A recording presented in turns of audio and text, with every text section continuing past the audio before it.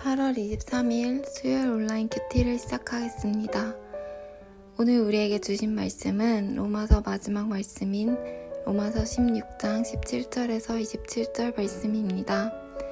바울은 로마교회 성도들에게 배운 교훈을 거슬러 분쟁을 일으키는 자들에게서 떠날 것을 권면하고, 바울의 동역자들도 로마 교인들에게 안부를 전한 뒤 하나님께 영광을 돌리면서 로마서 편지를 끝마치는데요.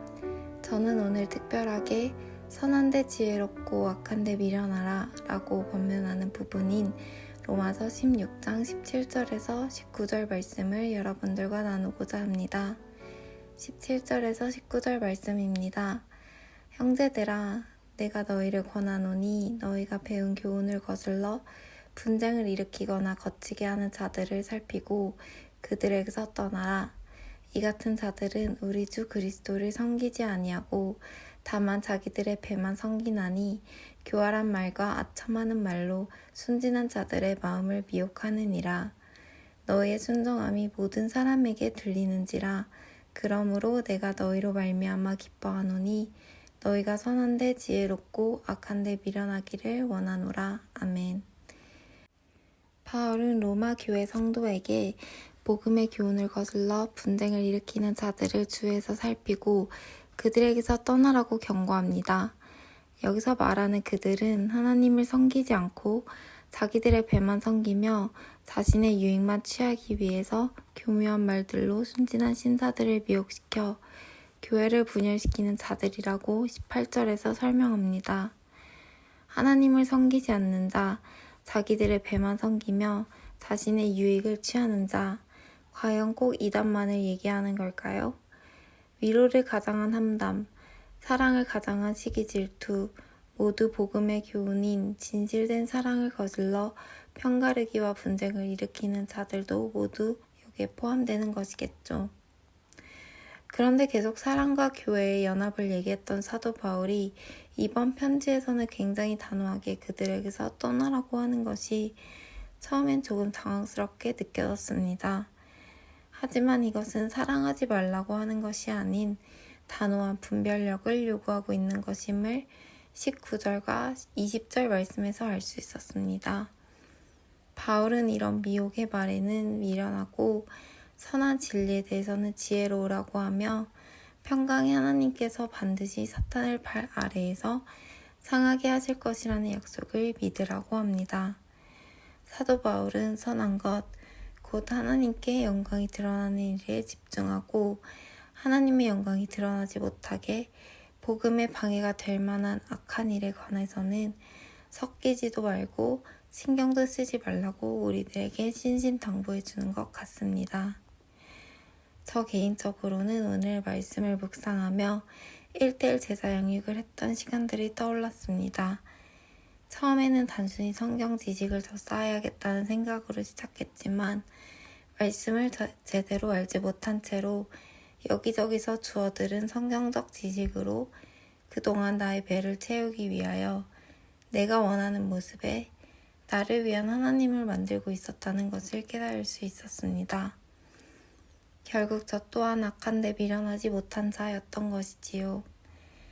특히 요즘 같은 시대에는 너무나 쉽게 복음의 메시지를 접할 수 있는 것 같습니다.